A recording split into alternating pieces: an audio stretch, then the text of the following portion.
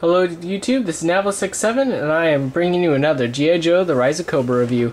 Here we've got Storm Shadow. I call him Final Battle Storm Shadow. His box had listed him as the Arctic Assault Storm Shadow. Sorry, once again, no box. I've had this guy for a while now. And yeah, getting onto this. Comes with this oversized, or this, supposed to be a staff. Boils down though to a piece of brown plastic. No detailing whatsoever on this thing. But yeah, moving on. He does have these iron gauntlets, and when you buy him and you take him out of the box, he has got one of his katana swords is in here.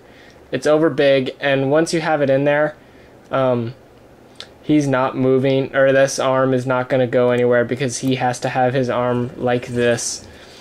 But if you take that katana out, he does have this little plastic knife with the little tab, and you put that in here, and well, as you can see, you push the tab, and he gets this assassin's blade, sort of like Altair's from Assassin's Creed. Kind of is a cool design. But you know, ultimately, it's big, it's bulky. Assassin blades were not meant for toys. They're meant for fun dreams and movies and video games.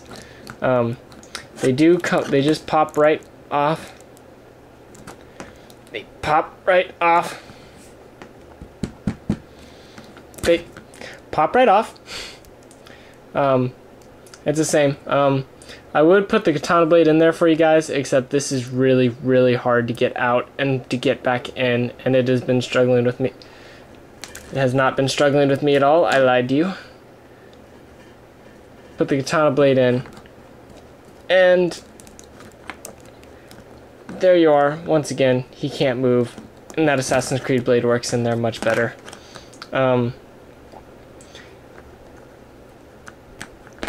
He does have just a plain one, but ultimately I think this gets in the way, and I'm not feeling this as a Storm Shadow accessory at all. Doesn't really seem to fit.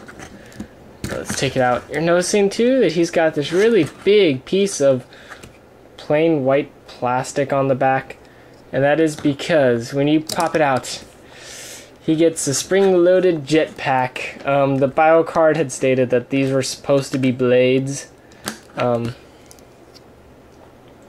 Not nearly any detailing on here at all, which is a shame. You know, just a little, maybe another like silver color right here to make these actually look like blades. Would have been cool. Ultimately, this thing seems to get in the way. It's kind of hard to get on, a little harder to get off. Have to wedge it there. Movement, articulation wise, probably the best range of movement out of any figure though. Nothing hinders him unless he's wearing that oversized backpack. But I think the perfect kind of tightness, he's not really getting in the way. The chest seems to move from side to side a little too easily, and since he's not wearing a shirt, he really has to be straight up, or he looks like he is a master contortionist. You know, see, he's bow damaged. So actually the figure himself has got a lot of nice detail. And when I saw the movie and I was comparing cuts, these are all cuts in the right places. So someone was really good about the detail here. The figure is killer like that. Now, what is interesting to note is, as soon as I get him back on the base here, he does come with his katana blades. Same holster, but you're noticing the handles on these ones are black. You might be saying, well, I don't get it, this is to repaint. No, these are not just to plain repaint.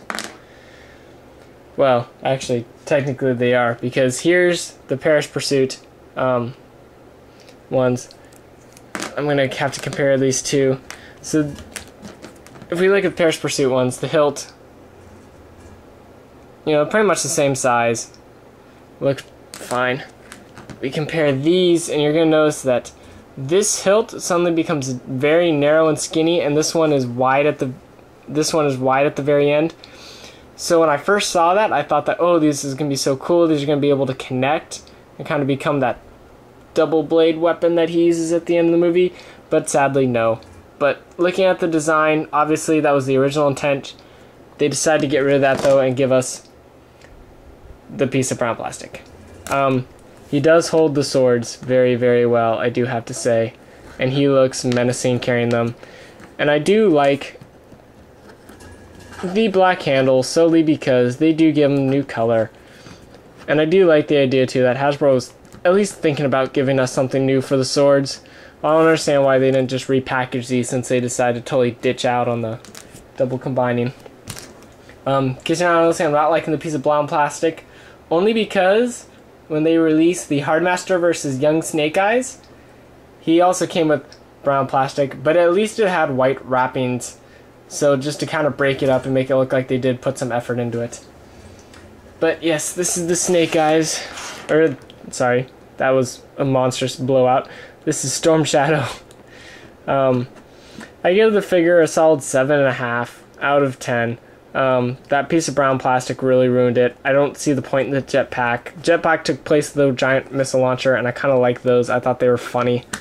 And ultimately, you know, there's not a whole lot of use for this figure. I would actually be on the lookout. There is a variant without the mask, and I would be on the lookout for him. I think that one might be better. I am on the lookout for it. If I find it, I will do a review of that figure in comparison. But I do have to say though, the Storm Shadow looks amazing when placed against the awesome, the mighty, the coolest, in my opinion, Sword Brother Snake Eyes. This has been Navo67, and I'm signing out.